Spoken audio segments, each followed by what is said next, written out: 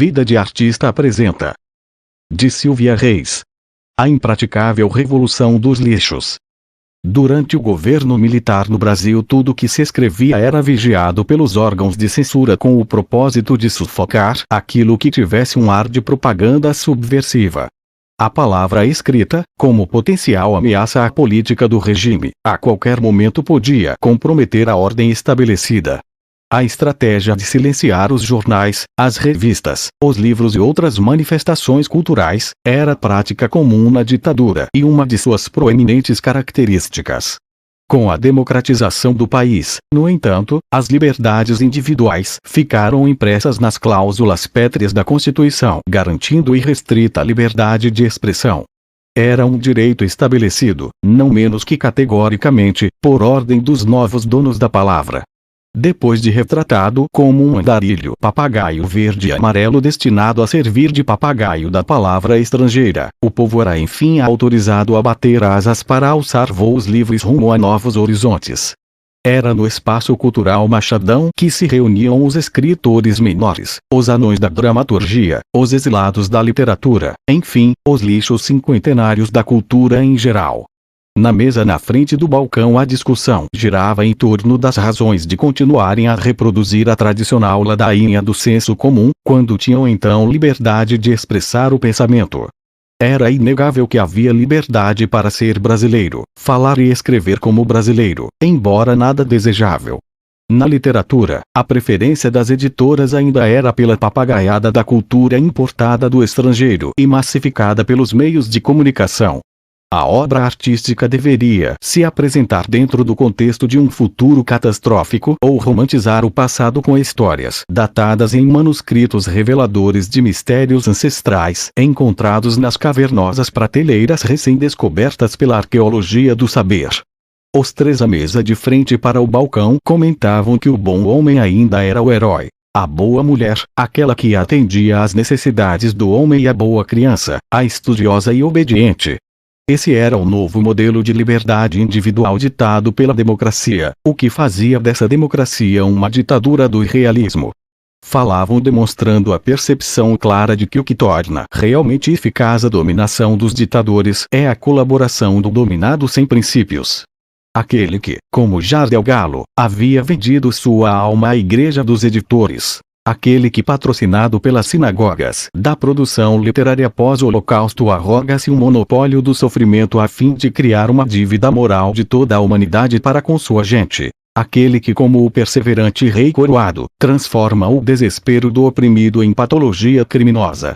Enfim, os mestres da semiologia, como Petrúquio, que soube se valer de suas habilidades interpretativas para confundir e enganar a megera Catarina de Shakespeare a fim de domá-la até submetê-la aos caprichos de suas palavras.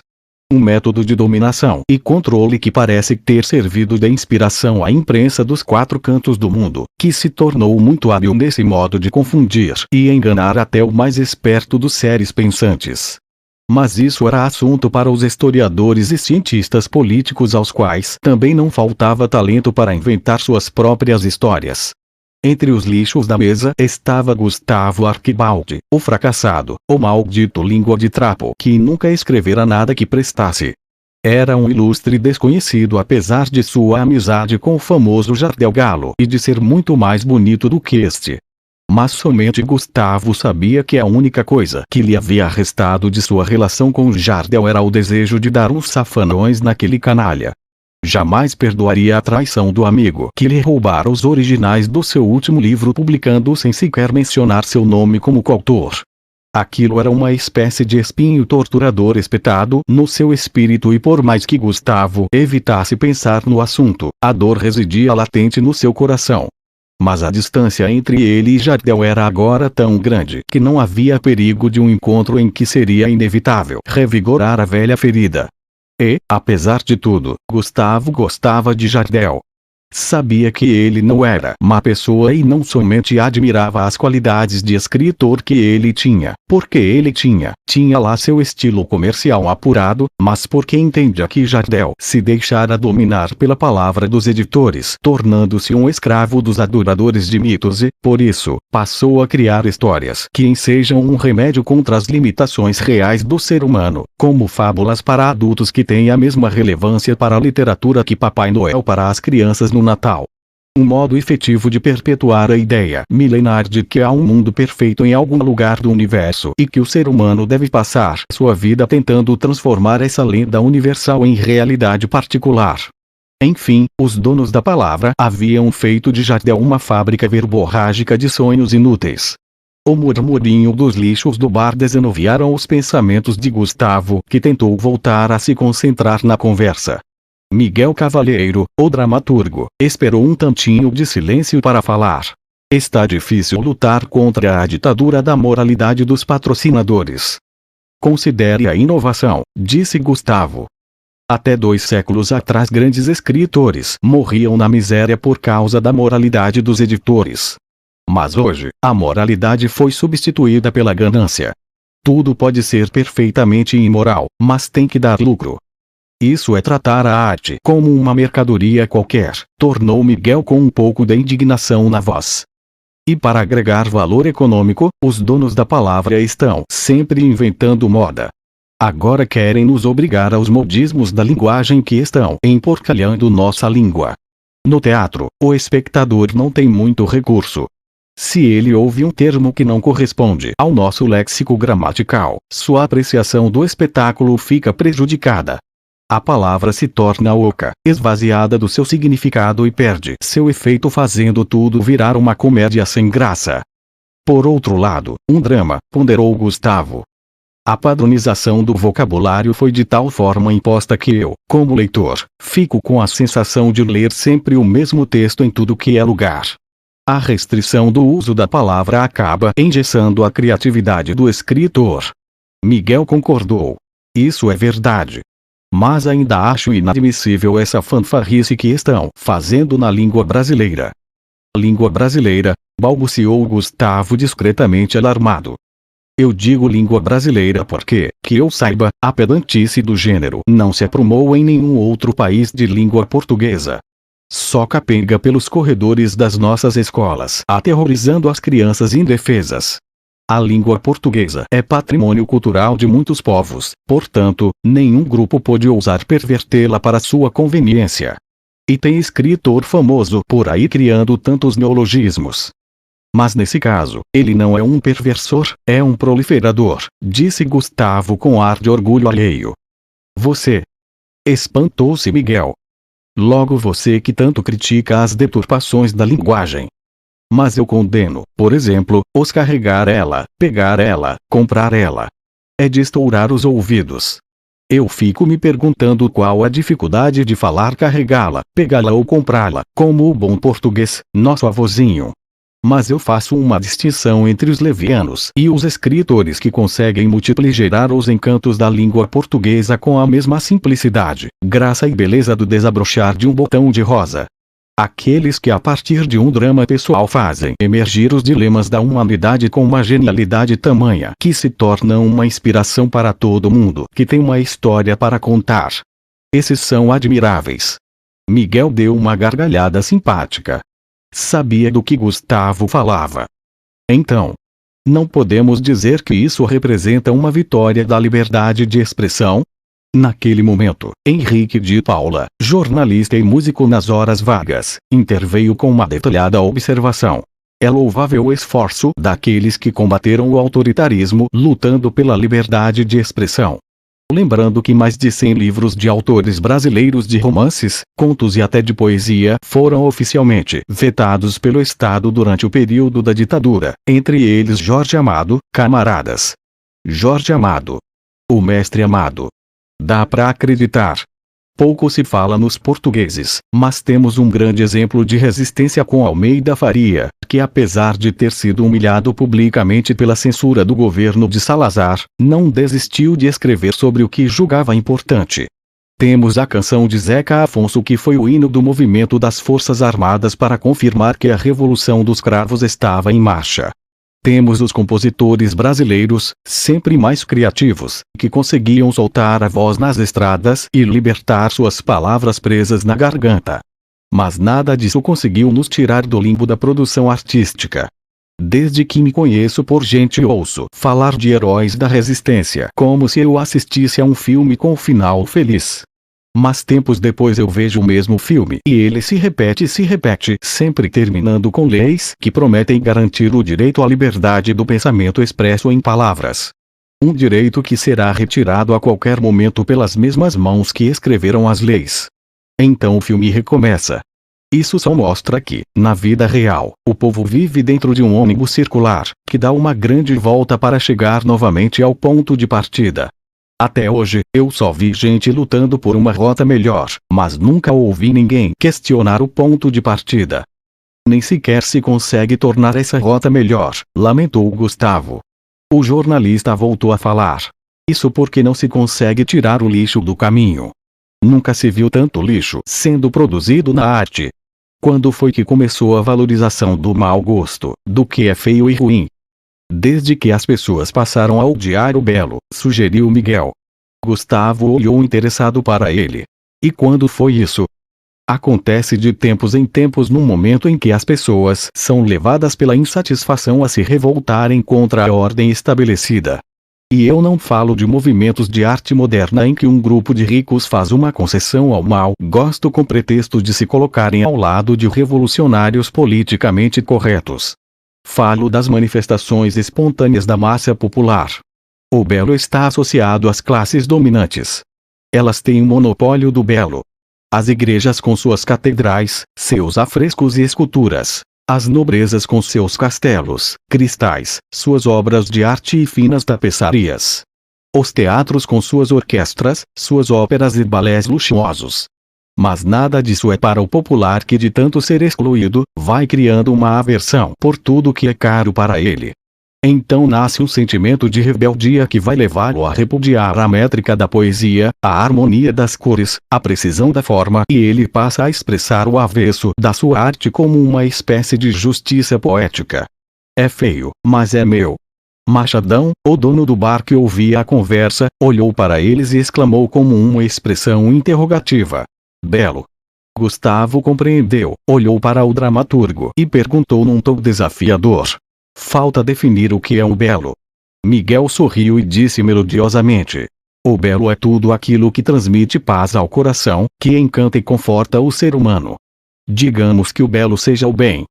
Dependendo do que se associa ao bem, acrescentou Henrique acariciando a barba. O que quer dizer? Perguntou Gustavo. O que Miguel disse explica muita coisa. Se uma menina da favela gosta de Mozart, ela é acusada de ser metida pelos colegas que instituíram o funk para ela, como ordenando a essa menina que ela se coloque no seu lugar. Hoje a classe média não pode gostar do samba, como é inimaginável um pobre gostar de ópera. Resta para essa gente se orgulhar de ficar com o que há de pior na música. Se na época da ditadura as músicas eram censuradas, hoje o músico vai produzir o que a indústria cultural permitir. Não dá no mesmo. O artista independente continua a não ter licença para fazer e divulgar sua arte sem a pretensão de encher o bolso dos donos da indústria cultural. No final das contas, a indústria do lixo também é dos donos da palavra. Durante um bom momento, Gustavo ficou olhando para o jornalista com seus lindos olhos sorridentes e depois disse: entendi. Uma crença dogmática está sempre associada a um bem e acaba levando a gente a se comportar de maneira contraditória. Muda-se o conceito de bem e mudam-se as crenças.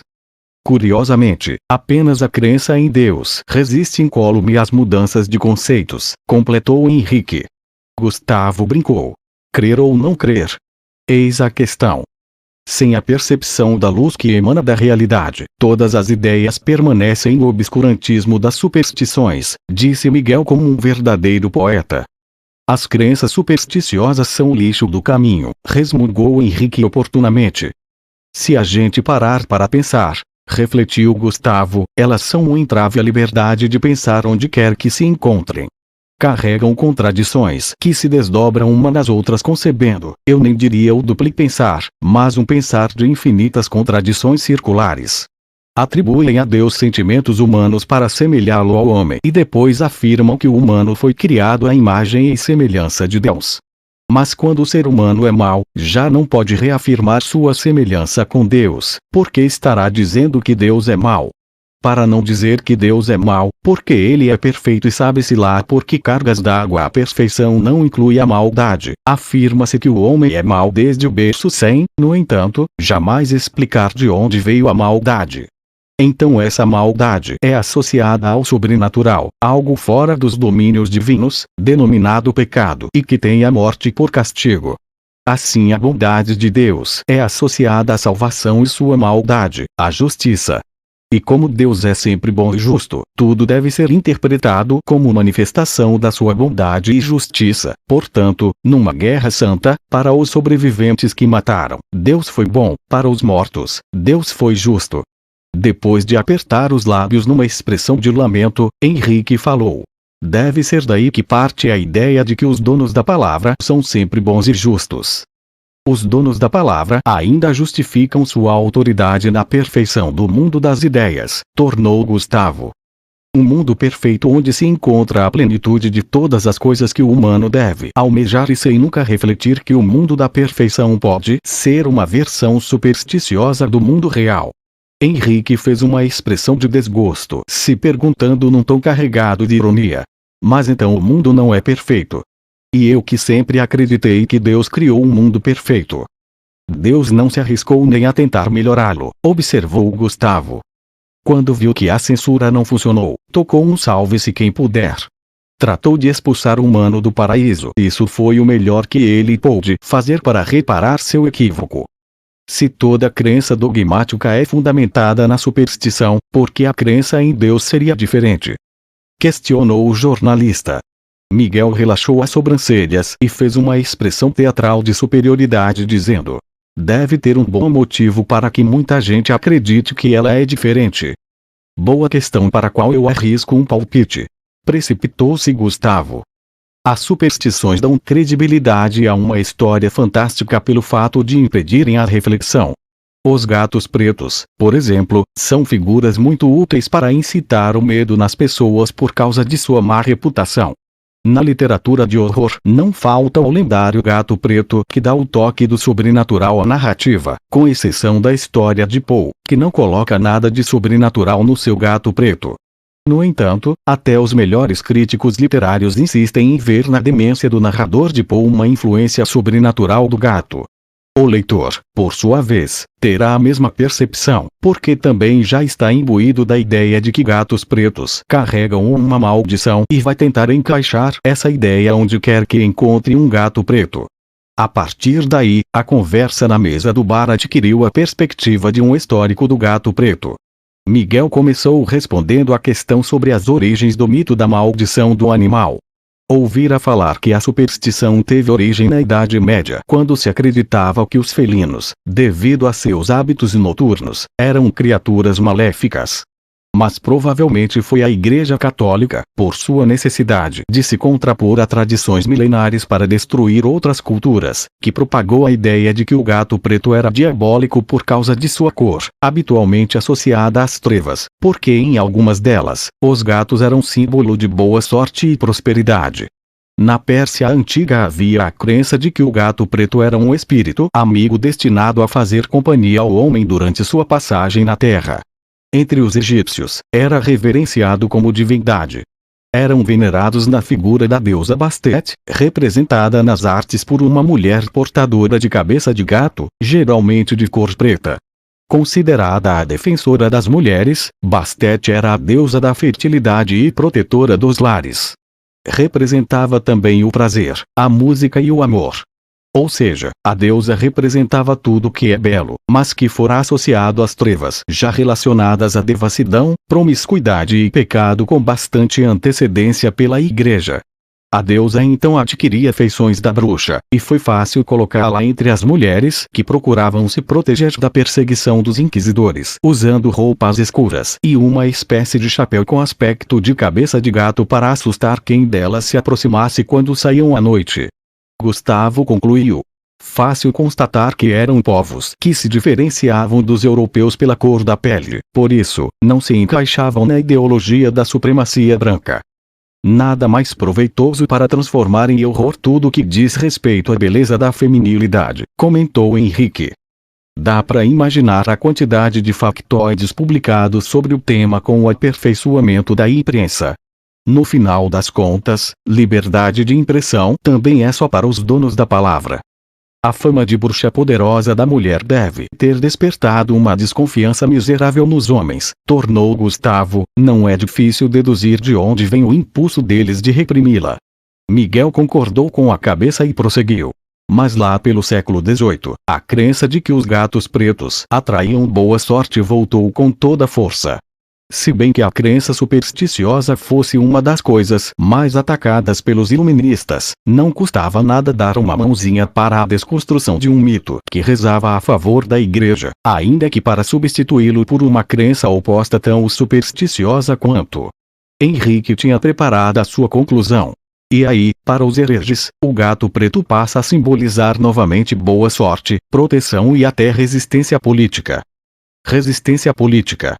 Espantou-se Miguel. Dessa eu não sabia. A cor preta tem sido associada ao anarquismo de modo geral, já de longa data, explicou o jornalista. O gato preto é considerado um dos principais símbolos do movimento anarco-sindicalista. Tem uma história muito interessante sobre isso. Durante uma greve de operários, vários deles haviam sido agredidos e feridos, o que levava a greve para o fracasso. Quando um gato preto doente surgiu no acampamento, os grevistas se incumbiram de cuidar do animal. Imediatamente após a recuperação do gato, a greve retomou sua força e os operários conseguiram ter suas reivindicações atendidas. A partir daí, o gato passou a ser o mascote dos operários como símbolo de bom agouro. A imagem do gato preto numa postura de combate passou a estampar suas bandeiras com o intuito de impressionar o empregador, em geral, conservador de suas superstições. Chega-se aqui à conclusão de que a superstição faz uma coisa ser aquilo que se acredita que ela seja, resumiu Gustavo. Somos passivamente jogados de um lado a outro empurrados pela propaganda dos donos da palavra. Henrique parecia estar mergulhado numa empolgação silenciosa quando fez sua crítica. E a gente aceita a manipulação com a maior naturalidade. A partir do momento que a gente recusar-os a reconhecer a autoridade dos que oprimem e reprimem pela palavra, esse sistema de opressão e repressão cairá sozinho, como mosca morta, com toda a filosofia verde que floresce em torno dele. Miguel se manifestou com sua profunda reflexão. Os donos da palavra não hesitam em usar enguios para criar adornos para a filosofia.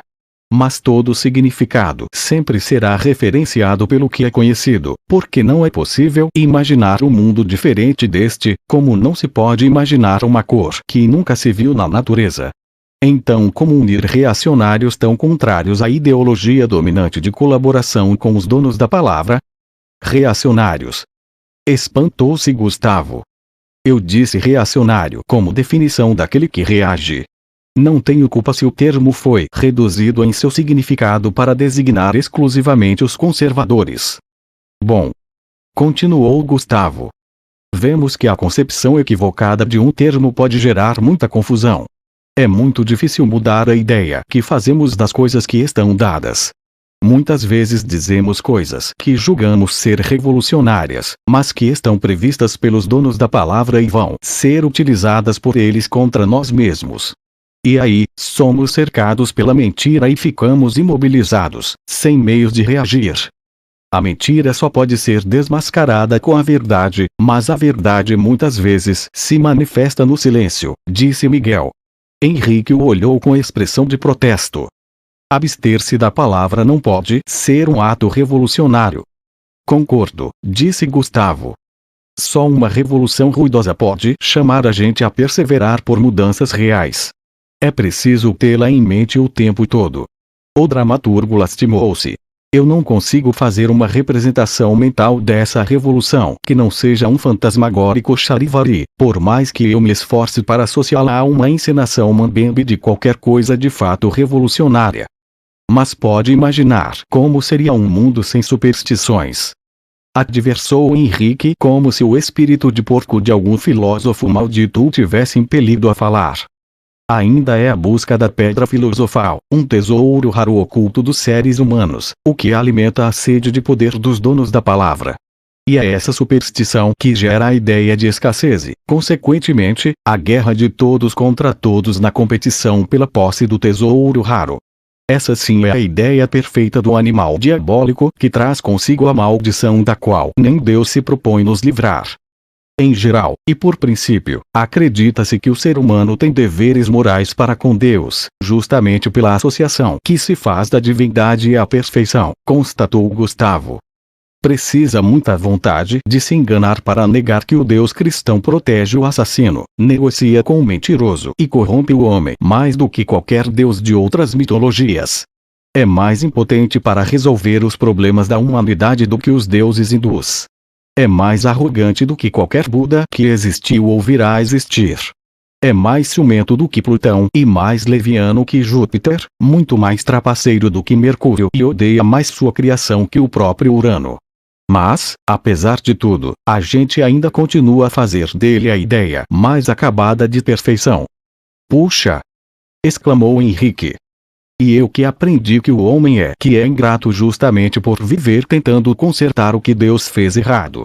Gustavo ficou pensativo durante um momento, como se puxasse pela memória, depois disse. Uma vez, Jardel me contou uma conversa que teve com seu editor sobre escrever coisas que pudessem mudar a consciência dos leitores para que, trabalhando para o bem comum, pudessem deixar o mundo melhor para seus filhos. Qual foi a surpresa de Jardel quando o editor, um eminente religioso, assegurou-lhe que nem Deus, em sua onipotência, conseguiu deixar o mundo como ele queria. A reação de Henrique foi imediata e precisa. Mas Deus encarregou o seu povo escolhido de deixar o mundo como ele queria, não foi? E para isso, mandou seu povo invadir países, roubar suas riquezas e escravizar seus povos. E não é isso que seu povo faz até hoje? Em nome da liberdade de expressão de Deus, seus homens continuam fabricando armas, fazendo guerras e levando nações inteiras à fome e à miséria, não é verdade? Miguel logo concluiu. Bem, nesse caso, podemos dizer que Deus deixou esse mundo exatamente como ele queria. Foi naquele instante que o Machadão colocou o ponto final na conversa. E deixou literalmente. Nunca mais apareceu por aqui. Fim.